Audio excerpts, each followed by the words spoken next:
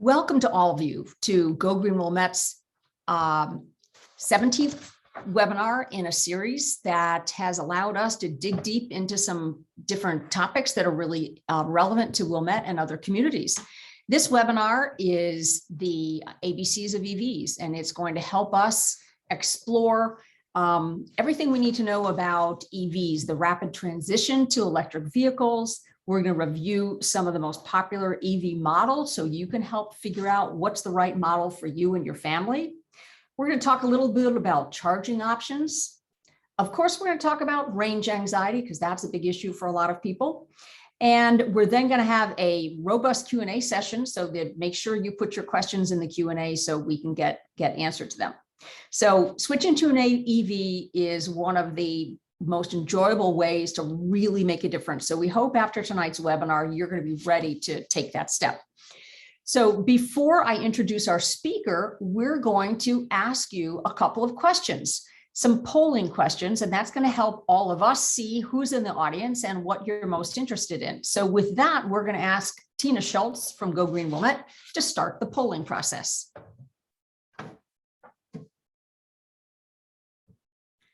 Okay, so you can see we'd like to know whether you are a current EV owner.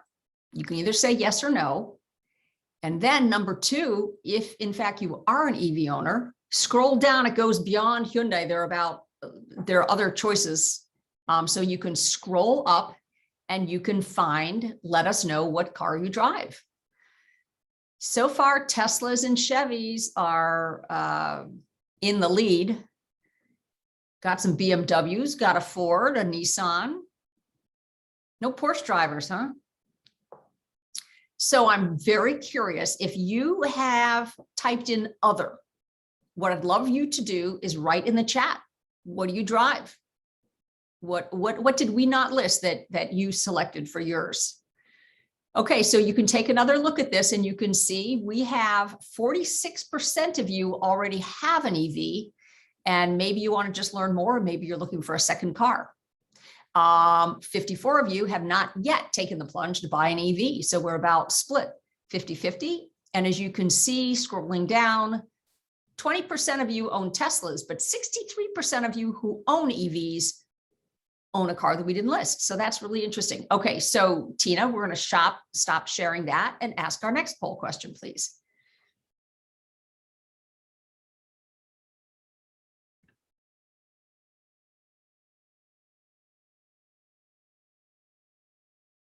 Okay, so Tina, how's that going for the next question?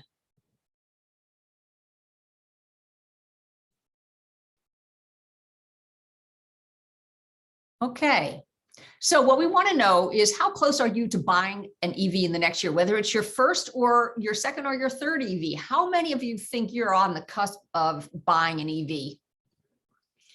Got a lot of maybes. But 25% of you look like you are ready to take the plunge. Now, it's going to be interesting of the 20% who aren't interested to find out why not. Or maybe you have an EV and you are totally happy with it and you're not in the market for a second one. That could be for quite a few of you. So 54% of you are maybe. So our speaker, his job is going to be to convince the 54% maybes to move into the absolutely, I'm ready to buy it in the next year. Okay, Tina, thank you very much for that. And we're going to ask a final poll question. So we're really interested in what are your biggest concerns about getting an EV? And so we're giving you, oh yeah, range is often mentioned as an issue. We put unfamiliarity with models because we think that's a big issue. There's so many new models that unless you really want to spend a lot of time going to a lot of dealerships, it's really hard to figure out what the best options are for what you want. And so that was really part of the reason why we put this webinar together. Looks like a full third of you are worried about the range. Jay is going to definitely be talking about range. Cost is an issue for almost a third of you. And we're going to be discovering that there is a wide range of cost. People often think of EVs as expensive cars, and there are a lot that are not very expensive. And 18% of you have other concerns. So during our webinar, type your concerns into the chat. That's going to, or if it's a question you could ask, put it in the Q&A.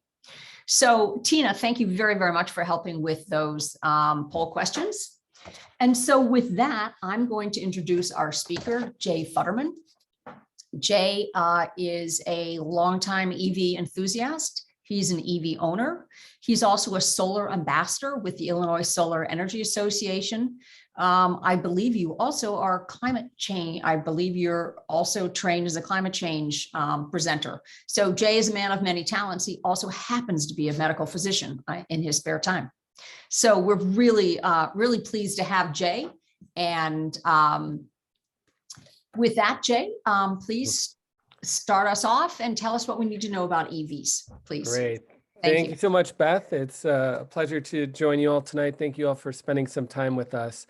Yeah, as Beth said, you know, I'm a passionate guy about electric vehicles, about solar energy, really about any way that I can lower my own personal carbon footprint and help those in my community do that. So I volunteer with the Sierra Club, with Illinois Solar Energy Association. I work with the city of Highland Park on their sustainability program. I've helped Going Green Matters do their electric vehicle shows over the last several years, and I do a lot of talks like this about electric vehicles and solar, and happy to join you all today. So I'm gonna go ahead and share my screen. And I'll just put in a disclaimer here. You know, I'm not in the car business. I'm not an engineer. I actually work in medicine, but this is kind of what I spend a lot of my side time doing. And I think a lot like most of you who are on the webinar tonight, just a concerned human about what we're doing to our planet and looking for ways to decrease our impact. So electric vehicles are a big part of that. So we're going to kind of go through an introduction to the ABCs of EVs today. So my story, I've had an electric vehicle since 2017. I leased a Chevy Bolt at that time. It's an all-electric subcompact car. That was the first car that I really found that would kind of fill what I was looking for. It had really good range. At that time, the waiting list for the Tesla Model 3 was about 120,000 people deep, and I was ready to get into it. So I leased that car from 2017 to 2020. My lease was up, thought it was a great car, so I signed up for a new Chevy Bolt for another 3-year lease, and that's what I'm driving now. I've had solar on my house since 2016. Initially sized the system to cover all my energy needs for electricity. Then when I got the electric car, found I was buying electricity again. So had another installation put on our roof in 2019 with the goal of covering all of the electricity for the car and the house with solar panels on the roof. My daily commute is pretty typical. I drive 20 to 40 miles a day. And I plug in at home once or twice per week. Like most EV drivers, I just charge in my garage 95+% of the time. If I'm out at the store and there's an available parking spot with an EV charger there, I'll take advantage of that. But 90+% of the time, I just plug in when I come home from work, and when I go to work the next morning, the battery's full. Nothing I really have to think about. As far as maintaining the car, all I've really had to do is rotate the tires. EVs have a lot less parts to them. There's a lot less systems, so the maintenance is much simpler. And like I said in the beginning, I do a lot of talks about solar and electric vehicles. I'm going to just do a quick shout out to Tim Milburn from Go Green Park Ridge, who's done talks like this with me before and has helped me with some of these slides. And a quick shout out for solar energy. If you are not getting your energy from the sun, you are paying too much for energy. You got to talk to me, talk to Jenny from Go Green Highland Park, talk to Beth. Even if you don't have a suitable roof, you can get in on community solar and lower your carbon imprint and save a lot of money at the same time. So what's life like with an EV? Well, I can tell you, I don't miss pumping gas. Like I said, we just plug it in the garage when I get home. And 95% of EV drivers, it's the same story. It's just not something we have to think about. I have solar, and so I participate in what's called time of day pricing. So the electricity I use to charge my EV, I use it at night. And at that time, the demand for electricity is a lot less. So the cost of electricity is also a lot less if you participate in time of day pricing. During the day, when the demand for electricity is higher, the value of the electricity is higher. And that's when my solar panels are putting power out onto the grid. So this combination of an EV with solar and time of day pricing really has big economic advantages and lowers the overall cost of ownership. Driving an EV, that's something that you really just have to get behind the wheel to really appreciate. In many ways, it's just like driving a regular car. There's a pedal, there's a steering wheel, but the feel of it is totally different. There's really no transmission in an electric vehicle, so there's no shifting. It's super smooth. The center of gravity is below the floorboard, so that gives much better handling. The acceleration and torque is instantaneous. That's one of the things that is most unique about driving an EV and makes it so fun. And EVs generally come with what's called regenerative brakes. So if I want to slow down, I just ease up on the accelerator pedal, and all that kinetic energy of the car moving forward is then put back onto the batteries, and it slows down in that way. So most days when I drive, I don't even press the brake pedal. Long trips. So that's definitely a consideration, right? You can't just find a gas station and fill up in 5 minutes. So we'll talk a lot about that. I've gone to Michigan, Grand Rapids, Michigan with my EV, stopped along the way for lunch at a fast charging station, had some lunch, battery filled up while I was there. No big deal. I've driven a couple hours past Madison, Wisconsin, to a cabin. Again, stopped for lunch on the way near a fast charging station, plugged into the regular household outlet when I was there, filled up the battery over the course of a couple days, and drove back home. Not a big deal. Winter driving is a little different with an EV. There's good attributes and bad. You don't really have to worry about the oil pan getting sludged and the starter battery not working. Even in the height of the polar vortex a couple years ago, I just press the on button and it turns on. But the battery range does definitely suffer in the winter. Cold weather does decrease efficiency of all cars, internal combustion and electric. And certainly running the heat in the cold, it does cause the range to suffer. So you got to plan ahead a little bit more in the winter for longer trips. So, well, we all know why we need to make this transition, right? This picture is from last year when the whole state of California was on fire. Transportation is the #1 greenhouse gas contributor in America, and we need to make this change. If you consider yourself an environmental activist, you have to be an EV enthusiast, unless you just ride your bicycle everywhere. Every new car that's purchased is basically locking in 10+ years of environmental impact. And we need to, in 10 years, have slashed our carbon emissions in half if we're going to avoid the worst outcomes of climate change. The #2 sector for carbon emissions in America is electricity generation. And again, if you power your car with rooftop or community solar, you could double your impact. So for me, and I suspect for a lot of people here, the reason to do this, get into EVs is climate. Gas companies are actively campaigning against and spreading disinformation about climate. At the Glasgow Climate Conference, there was armies, hundreds and hundreds of fossil fuel lobbyists that were there. And we need to do something collectively as a people, as a market, to say, hey, we're not going to fund this anymore. And EVs are how we do that. But for a lot of people, climate's important. But what really persuades people is that these cars are just way more fun to drive. Getting behind the wheel, doing a test drive is the key. Like I said, they're smoother, they're quieter, they're faster, handling is way better. There's a reason why people love their Teslas. And also the cost of ownership is actually a lot lower. Right now out there, gas is coming close to $4 a gallon, and electricity prices are stable. And again, you can pair it with solar.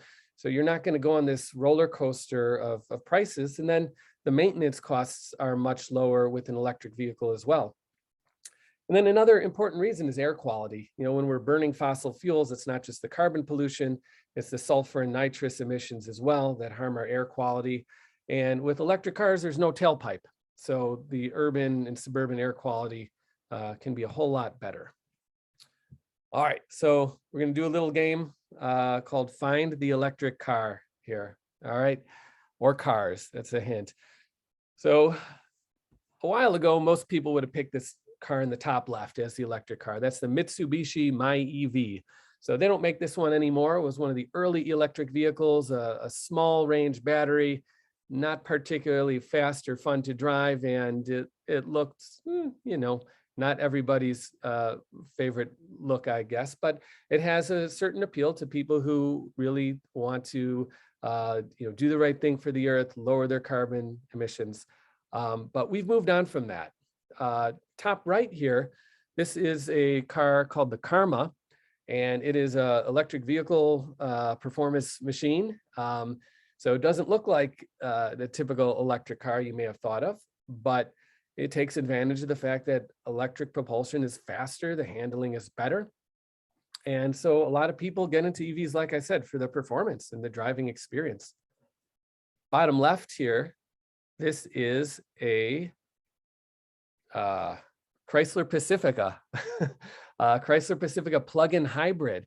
So we have a van much like this, not a plug-in, unfortunately. And, you know, for people driving around the suburbs and stop and go traffic, mileage is terrible. But this car has a plug and it has a battery that can go about 35 miles on a charge, which for a lot of people, that's going to cover all their daily driving. But it has a gas engine there as a backup. So you can road trip without even a second thought. So definitely you can save a ton of money on gas. So for a lot of people, there's a great appeal for the economics behind electric cars. In the bottom right, that's not an electric car. But in the next couple of years, there's going to be a whole bunch of electric pickups that are coming out, and they've got way more torque than most people ever would need. And the batteries in them, they could serve as backup batteries for your house if your power goes down, like it did for a lot of people in Texas. So that's another reason why people may find electric cars appealing. So we're hopefully at the start of a revolution here. You know, Tesla, everyone knows Tesla. They're the most valuable car company in the world. They make amazing products, amazing vehicles. Rivian, which is an electric vehicle manufacturer based in Illinois. They make pickups and SUVs, and they'll be making delivery vehicles for Amazon. They just went public and their value went through the roof. Traditional car manufacturers are investing billions into electric vehicles and committed to the transition. Just earlier this week, Nissan, I think, said they were investing $18 billion more.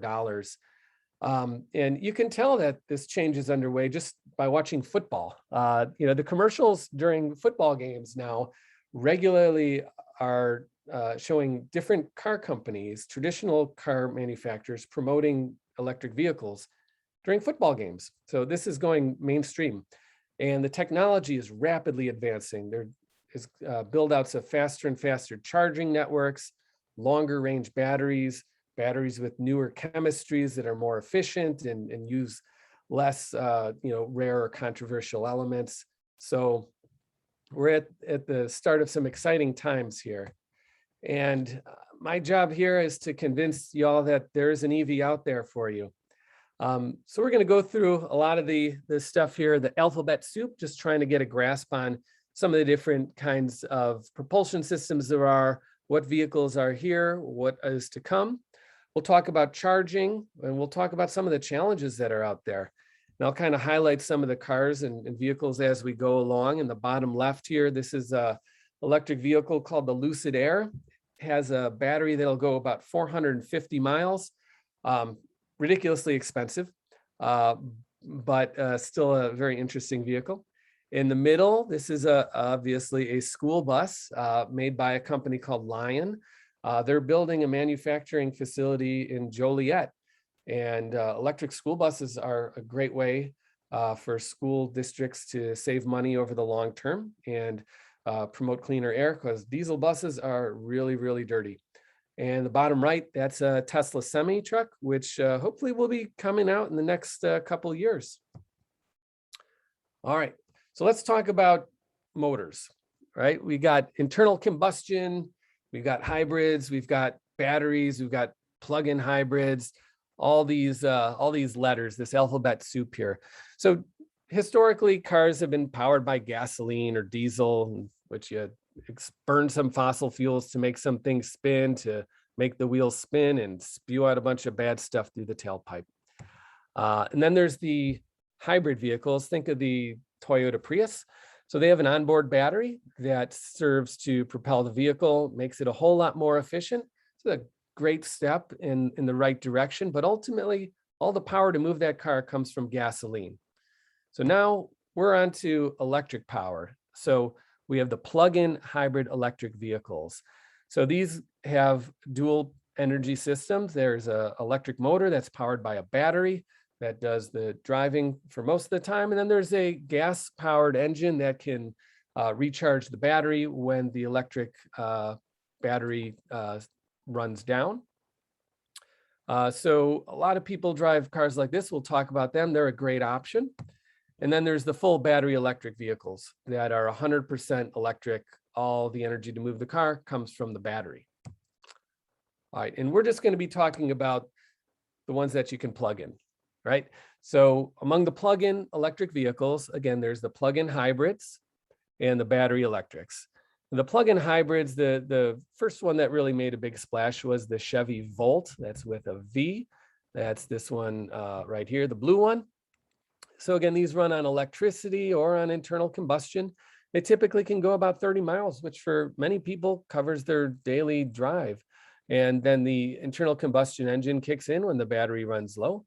No emissions when running on battery. And the fact that there is this the gas-powered backup really alleviates the range anxiety. So if you're someone who routinely has to drive up to Michigan or Wisconsin, drive a couple hundred miles, maybe in the winter, this could be a great option for you. And then there's the 100% battery powered electric vehicles like the Nissan Leaf in the top right. That was the first one that really made a big splash in America. The early Leafs had a relatively small range, but a lot of great early adopters love them. And Teslas are in this category.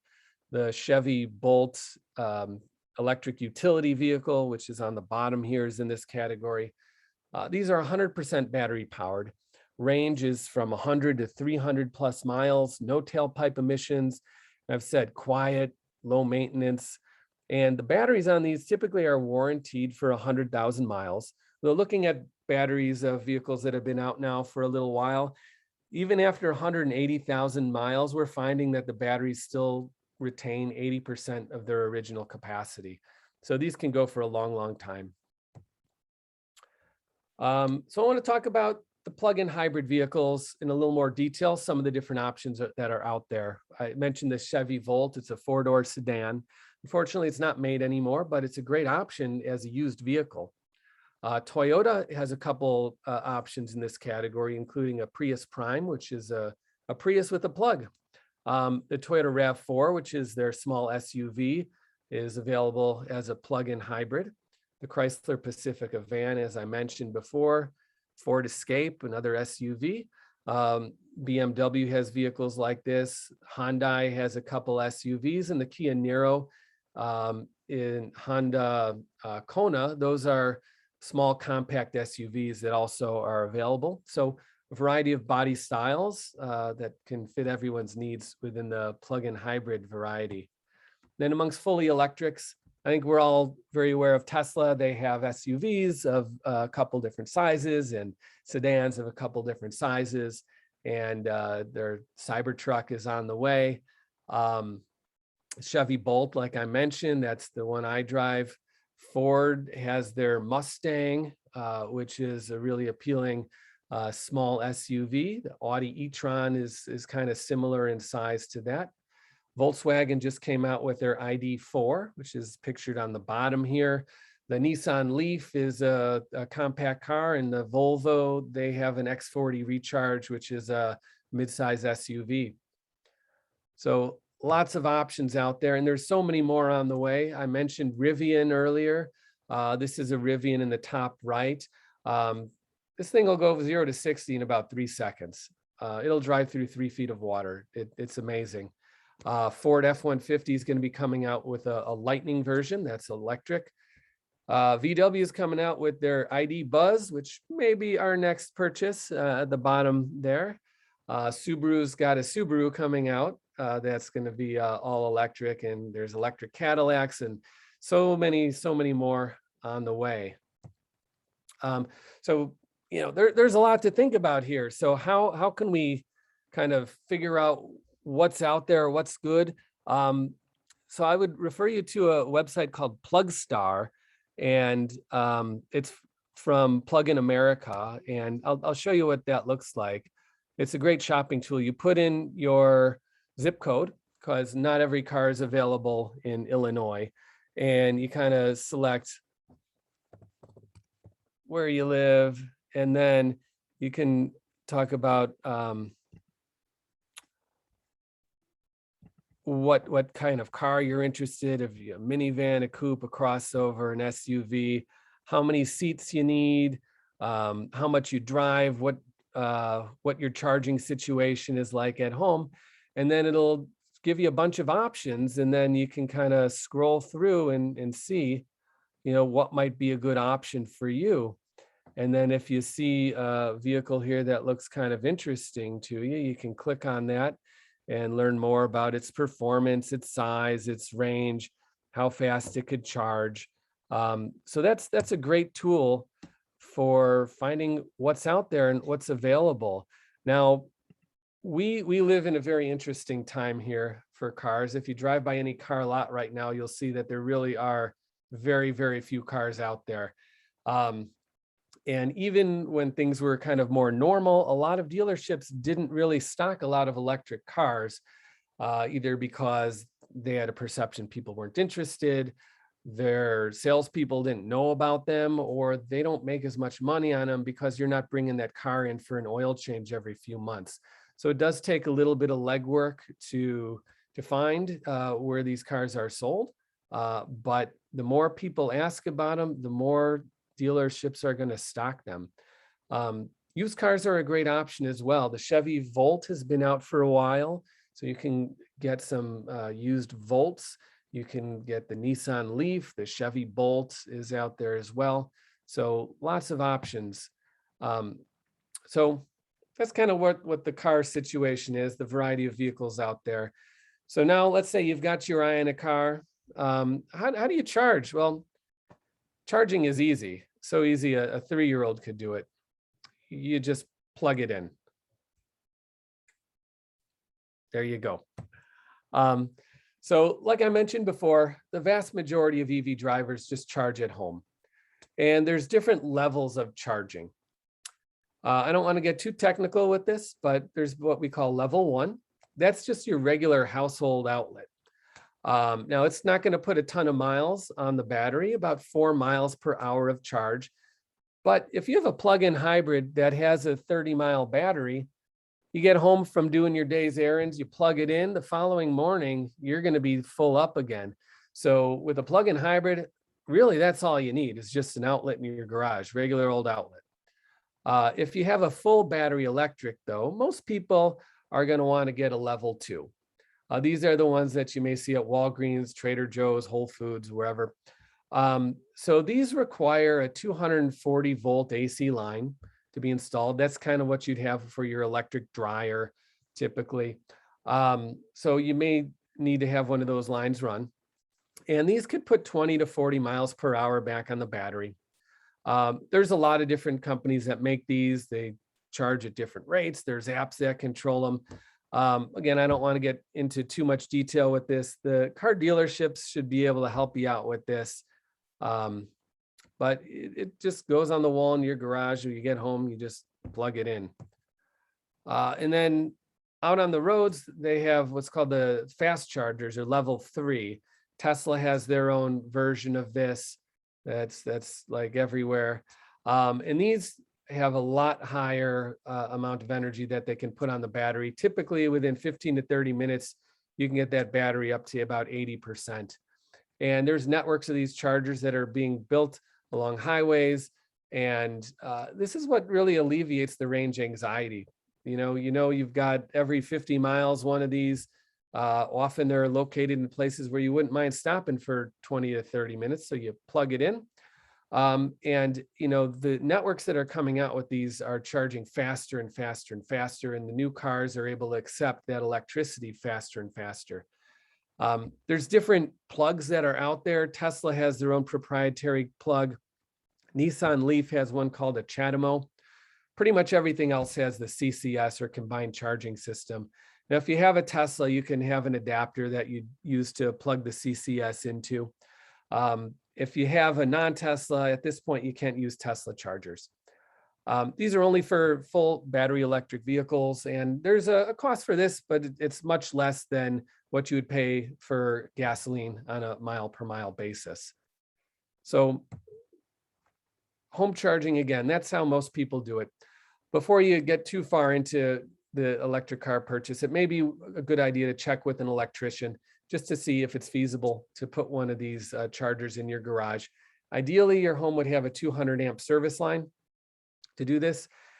If it's not going to work out, again, the plug-in hybrid and a regular wall outlet is a great option. Plug-in America, they have a whole buying guide for these EVSEs, which is the fancy name for the chargers. Stands for electric vehicle service equipment. So you can check that website out. But that's how you charge at home. But not everybody can charge at home, right? There's people who rent. There's people who live in multi-unit housing. A lot of people live in the city. They don't have their own garage. They park on the street, or maybe you have a house that has old wiring. What are your options then? Well, any place where your car is going to sit for 6 to 8 hours is a great place to have charging. So a lot of people at their place of work, their employers are putting in workplace charging as a perk. That's a great option for people who may live in the city and commute to the suburbs.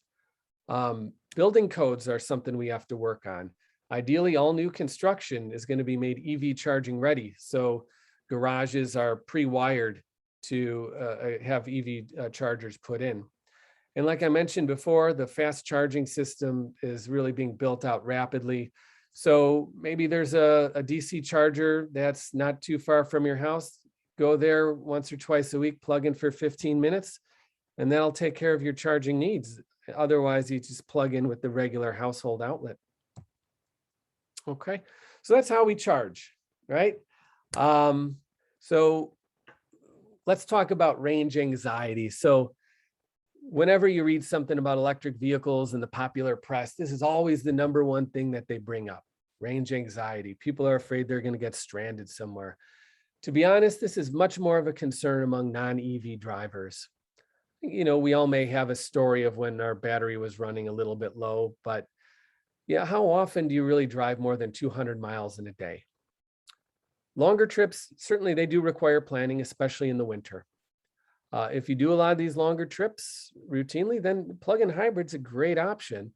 And then, like I said, the level 3 networks, they are expanding very rapidly and are really going to put this range anxiety issue to rest. Picture here in the bottom right, that's the Tesla Cybertruck. Should be coming out hopefully in the next year or so. So I keep mentioning these charging stations that are out there. Well, how do you find them? Well, it's easy. There's a whole ton of apps out there. The one I like best is called PlugShare. Your car will be able to find them for you. Teslas, you just put in where you want to go, and it'll tell you exactly where to stop along the way to charge up. Google Maps can do this. You just search for EV chargers along your route. It's really simple. And these chargers are popping up everywhere like mushrooms. So this is sort of a display from PlugShare from about a year ago, just clustered around the Chicago area and across the Midwest. So there's plenty out there and much, much more to come. So another concern people have about electric vehicles is cost. There are plenty of electric vehicles out there that are in the upper price brackets, but there's a lot of less expensive options as well. And if you look at the total cost of ownership, electric vehicles really don't cost that much more. And there's some great incentives out there as well that really lower that initial cost. We've got the Volvo SUV electric down here in the bottom corner. So you can get a new Chevy Bolt or a Nissan Leaf for around $30,000. There's the used market that I mentioned before. And then when you think about electricity, the approximate equivalent for charging is about $1.12 per gallon. So if you think about a 25-mile trip that you want to take, and your Tesla, that trip's going to cost you about 76 cents. Compare that to, say, a Toyota Prius, which we all would think is a very efficient car. That's going to cost you over twice as much as taking your Tesla. Toyota Camry, again, an efficient sedan, not a hybrid, that's going to cost you triple. And if you drive an SUV, that's about 5 times as much per mile. So if you think about how much you drive over the course of your vehicle's lifetime, you really are going to save a lot of money on fuel costs. And these costs are going to go down for electric cars because batteries are getting cheaper and cheaper, and reducing the cost of batteries is really key.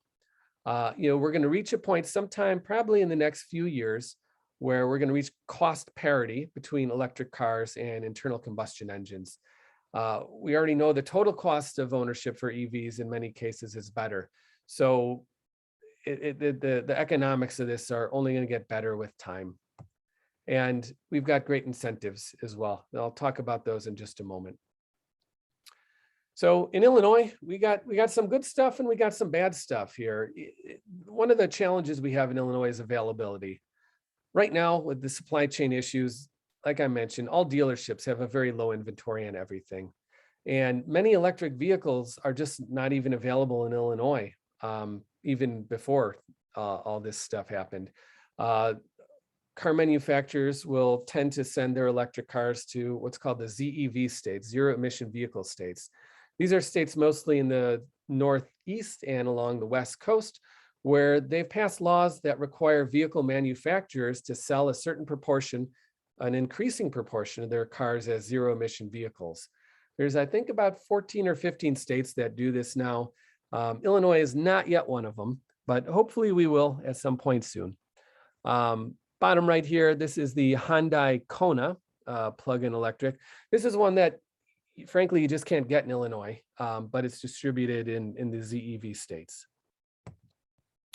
But the good parts about Illinois, just a couple months ago, we passed the Climate Equity Jobs Act, fantastic piece of legislation that's going to get us off of fossil fuels and onto renewable energy and provide a lot of job training for people and really grow our green economy. And part of the CEJA is with the goal of getting 1 million EVs on the road in Illinois by 2030. There's going to be a $4,000 rebate on EV purchases that's going to come into play next year. And I believe that's going to be for used EVs as well. And there will also be rebates for EV chargers. And just within the last month, the Illinois legislature passed a big electric vehicle manufacturer tax credit. We're trying to draw manufacturing to Illinois and bring those good green jobs here. Case in point is Rivian down in Normal, Illinois. Here's the SUV model that they have. And Lion Bus, like I mentioned, in Joliet. So hopefully these are just 2 of many, many more to come. And then at the federal level, right now, there's existing rebate of up to $7,500 for electric vehicles. This is limited to the first 200,000 units that a company sells. So Tesla and Chevy have already used up all their rebates. But Ford, Nissan, all the other companies still are eligible for this. And there's a federal rebate for EV chargers as well. The infrastructure bill, which was recently signed into law, has $7.5 billion in grants for EV charging stations. So that's huge. That's really going to expand that fast charging network from coast to coast, further eliminate any concerns about range anxiety that people may have.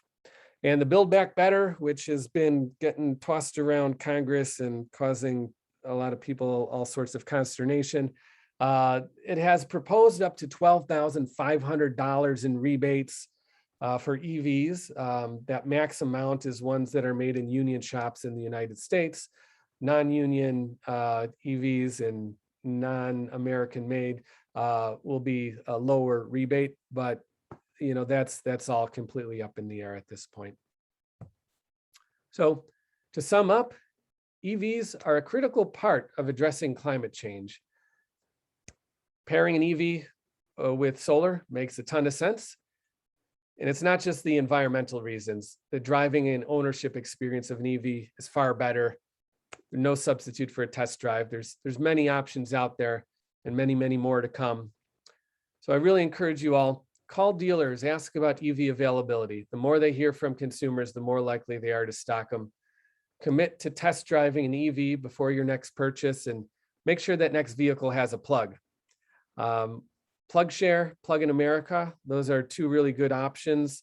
There's a ton of informative websites out there. Those are a couple that I've mentioned.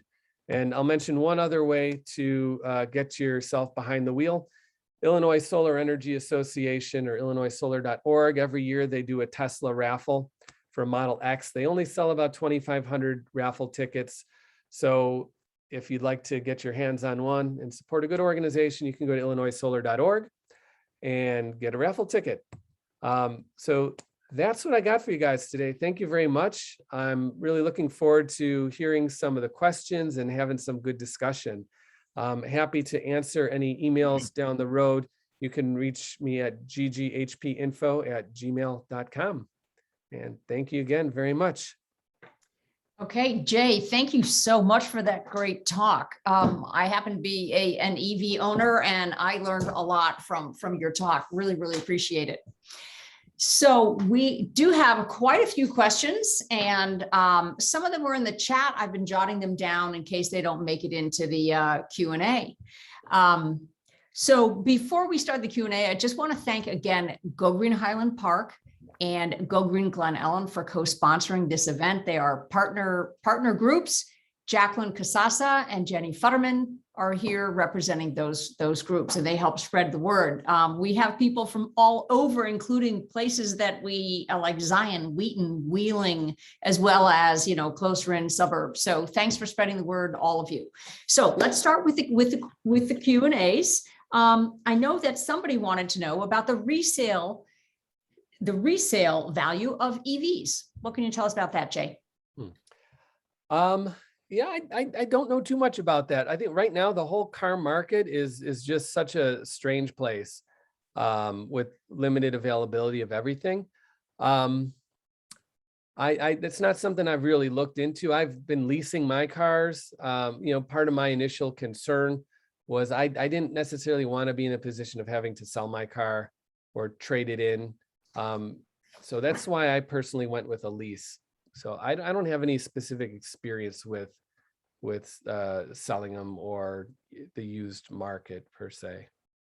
Okay, George Pierce of Wilmette and two other people were interested in this question. EVs are really new, and your typical neighborhood mechanic may not have any idea how to fix an EV.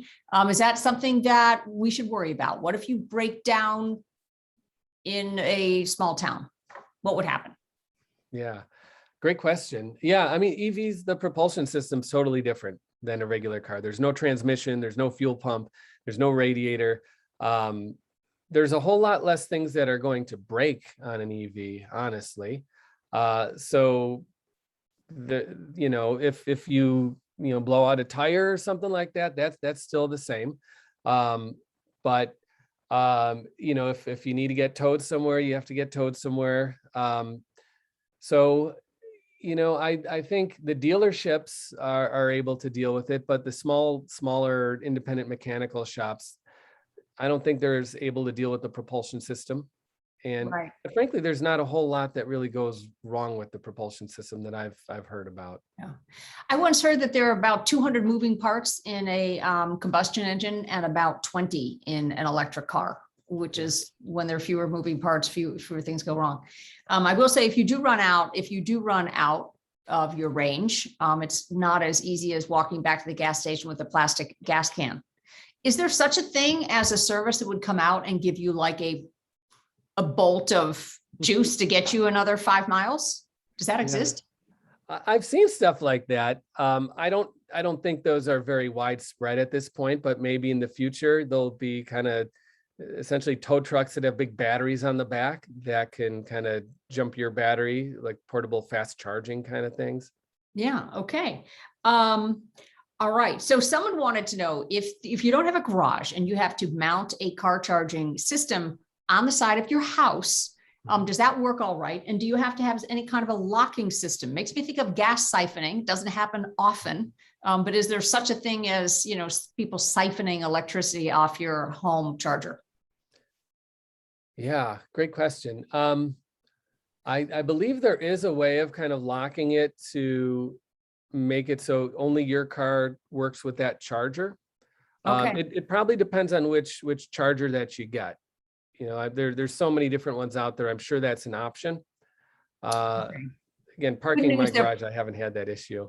Yeah, good news. There probably aren't too many people running around trying to find outdoor car charging stations. Okay, so question. I had a question when you said that the federal tax rebates aren't good for Teslas or Bolts. Can you explain why that is, please? Two of our most popular models. Right. So the initial legislation that provided for the $7,500 tax credit for new EVs had a stipulation that once a manufacturer hit 200,000 units sold, that incentive would taper down and then go away. So Tesla and Chevy both hit that mark a while ago. So that's the way that the legislation was written.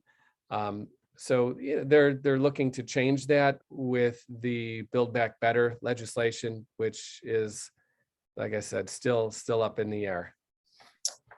Okay, so in Illinois, we just passed a bill to incentivize not only the sale of EVs and the support of them with charging stations, but also to manufacture EVs in Illinois. Can you give us a brief review of that, please? Sure. So, I haven't read through the bill too closely, but it was a bipartisan bill to try and attract manufacturers and the jobs that those manufacturers would supply to Illinois. And we're going to be giving tax credits to those manufacturers to encourage them to set up shop in Illinois. Okay, so there's a big factory on 90 that has been building combustion engines, and they are hoping to be switching to EV production. Tom Johnson wants to know where he could find reliability data for EV models, or are they just too new? Do these cars have a track record yet if it's only the first year or two on the road? Mm-hmm. Yeah, Consumer Reports is, they do review all the vehicles that are out there, and you can see reviews on there. I'm not familiar with any particular websites or anything like that does go through the reliability. Like you said, Beth, a lot of these are brand new models that are really just coming out. Mm-hmm. Like there's warranties on the batteries. There's not a lot of moving parts. So I think mechanically they tend to hold up a lot better than internal combustion engine cars do. If you were a little unsure, can most of the EVs be leased? Is that common to lease them? Yeah. Okay. So if you weren't completely sure, you could do a 1-year lease and see if that, whether you fall in love with the model you got. So a lot of people have said all along that the EVs are too small, that they're not family friendly. Are there family friendly or options available now? Oh, absolutely.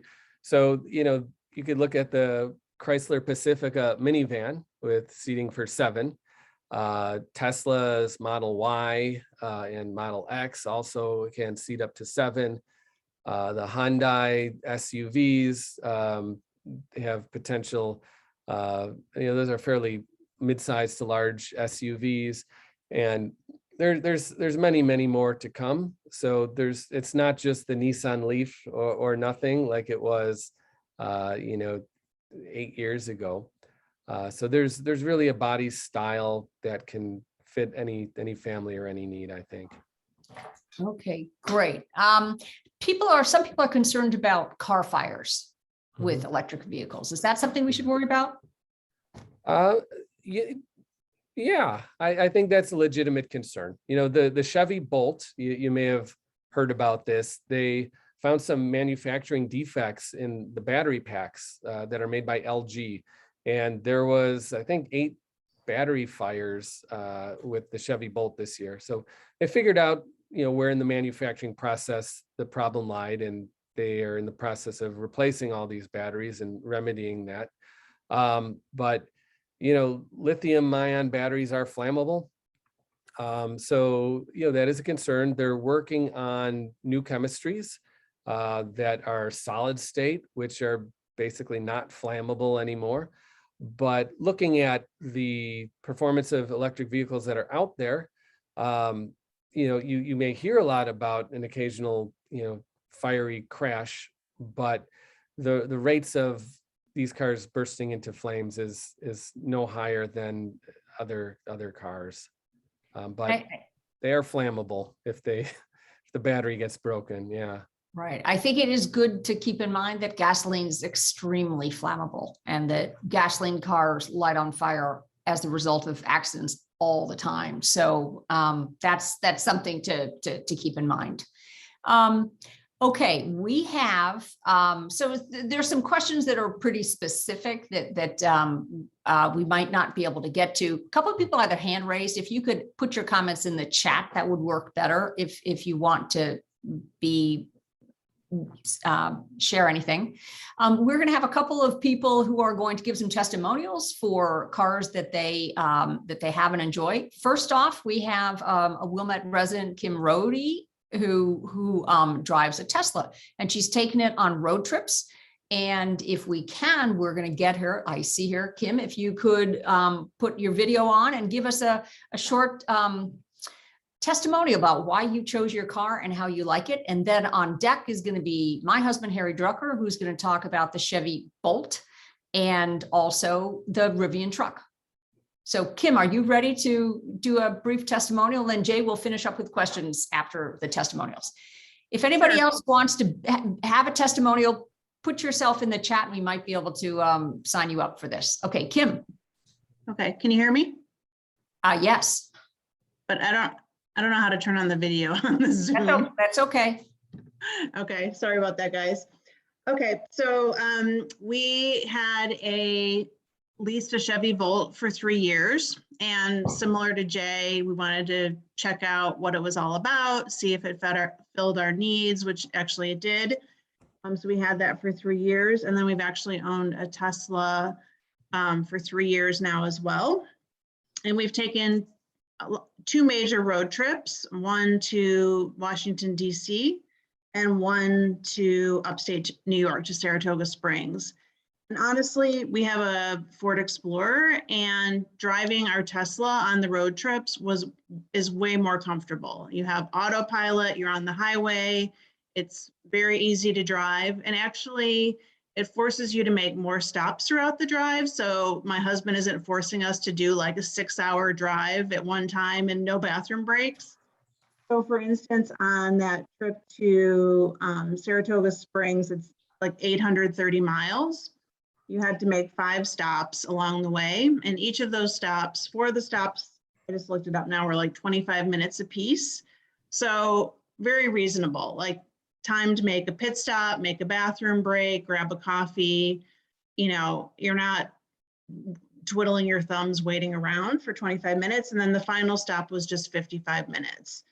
And that 830 mile drive was $57 of charging time. So you're at superchargers. So it shows up on your Tesla account, you know, what each of the charges costs you along the way. I don't know, on earlier models of Teslas, we have the Model 3, but I think on the early Model S and X, it was free charging. I don't know if they offer that anymore, but we basically just pay for our charging. So $57 each way to get to upstate New York, you know, and like I said, you know, 25-minute stops, it's no big deal. Usually you're in either a gas station or like a Meijer kind of shopping, you know, center parking lot. So you can just bomb in and do a couple errands. And honestly, we've met a lot of really fun, interesting people hanging out for 25 minutes at Tesla superchargers, to be honest. Well, So, Kim, thank you so much for your testimonial. We Sure. stopped on the way home from Michigan at a very, very interesting art gallery. He had put a charger in his art gallery parking lot, and he said he was having all kinds of customers who would never have stopped, who then had 30 minutes to wander through his beautiful art gallery and said it had been great for sales. What So, city was that in, Beth? What city was the charger by the art gallery? Saugatuck. Saugatuck? Fantastic restaurant in the same parking lot. Exactly. It was like a highlight of our trip. So yeah, so that was really fun. Okay, so thank you for that, Kim. We're now Jay has a Bolt, but because we've been hearing from Jay, I thought we would I'm going to swivel my laptop and you're going to hear from my husband, Harry Drucker, who decided to buy not one, but 2 Chevy Bolts. Hey, everybody. Jay did just an amazing job. I'm not going to be able to add anything to him, but I will tell you that we have a Bolt we purchased about 4.5 years ago. It has 55,000 miles on it. The only service that I've done to it is to have the tires rotated. So think about the amount of time we've spent with that. We loved it so much that we, when we got rid of our Prius, we bought a new Bolt. For I went and looked this up. We paid $27,512.80 for a 2020 Bolt that's loaded with all of the bells and whistles. And I would add that if you go to most dealerships to buy an EV, other than a Tesla dealership, than dealers that specialize in EVs, most the salespeople that I've talked to really don't understand EVs, and that's just not their thing. They're not. You have to be a little bit more informed yourself. Anyways, I made a sort of a snarky comment in the chat box that if what you want is the most economical car, the funnest car to drive, and the most reliable car, you should get an EV. And it's really true. Our Bolt has been unbelievably practical, useful car. We put 3 bikes on the back of it. If the car isn't big enough, you can put a roof rack on it. Holds 5 people comfortably, gets 260 miles in range, which covers 98% of all the driving we do.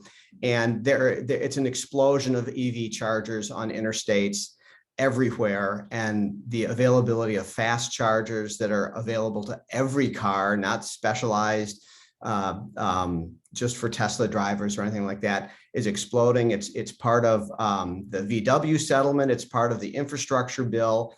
So range anxiety is the type of thing that people shouldn't worry about. And you know, all I can say is the range is great, the value is great, it's versatile, it's practical. And we all use paper calendars not that many years ago, but now hardly any of us do anymore. There were some changes, but we probably wouldn't go back to our paper calendars except for certain things for certain people. And it's going to be the same with EVs. EVs are not fringe. They aren't even the future. They are now. The range of models available to people is just expanding exponentially. So I think for any of us, our next cars, when it's time to purchase a car, should be an EV. But putting in a plug for the environment, the best thing for us to do is to drive a lot less and not at all as much as possible, because EVs themselves still have a footprint. Far better than internal combustion engines, but still they have quite a footprint, and they can be a step to a more of an urban light type of a society where we don't even want cars anymore for the most part. Anyways, thanks for letting me chime in. Jay, great job again. Thanks so much. All right. Thank you, Harry. Jay, before we conclude, this has been absolutely fantastic, but there have been concerns about the negative environmental impact of EV cars. You mentioned that there's a little bit of there's a little bit of a campaign to make more of an issue of those, but those are issues that we should be cognizant of. Do you want to mention any comments about battery issues, battery disposal, and also the mining of some of the materials that are required for the EV technology? Sure. So, kind of like what Harry was saying, this is still powered by energy, right? And that energy comes from somewhere, even if it's from renewable sources, that still is not without some sort of a environmental footprint. So minimizing driving, EVs that are more efficient are the way to go. A Hummer, even if it's an electric Hummer, is still a stupid vehicle. But the batteries, yeah, I mean, a lot of this stuff has to be mined. There's nickel, there's cobalt, there's lithium. And, for the green economy to transition away from the fossil fuel economy, there's a lot of mining that has to be done. There's pollution that comes with the mining. There's, social inequities that come with the mining for sure.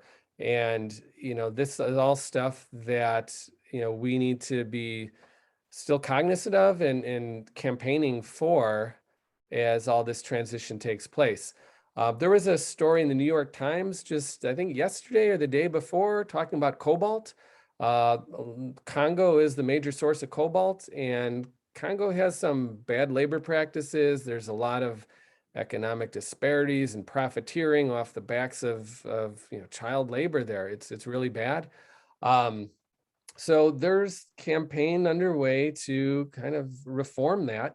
It's a valuable resource, and it ideally should flow equitably to the people in that part of the world.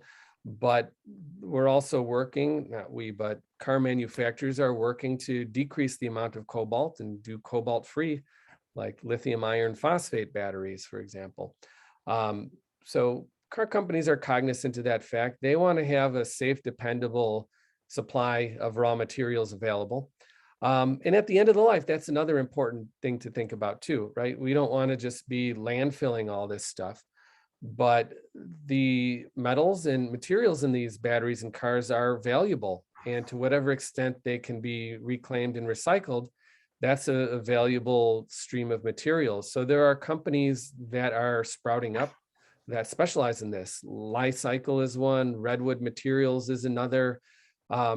These are companies that are in a very, very early marketplace because there's not a whole lot of batteries that are really at the end of their life.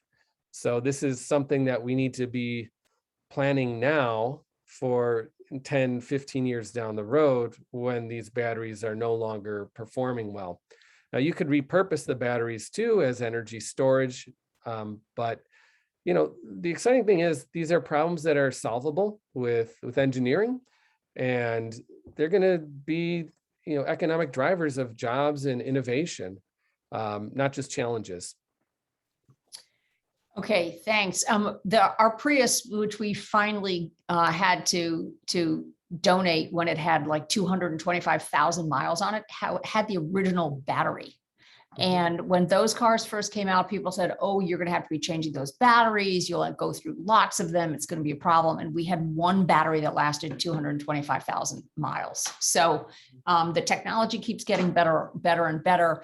And it's important to realize that to replace internal combustion engine now is the time to do it. It's a little bit like, keeping your incandescent light bulb screwed in until LEDs are perfect. Actually, what we need to be doing is, making that switch as soon as possible. Okay, one final question. Jay, how do you think the state will be able to make up for reduction in gas tax to help fund road improvements now that so many of us aren't pumping gas anymore? Yeah. Well, they've already taken a step in that direction. When I first bought my EV, the registration fee was like $35. And then they changed the regulations specifically because of that, and the registration fee went way higher.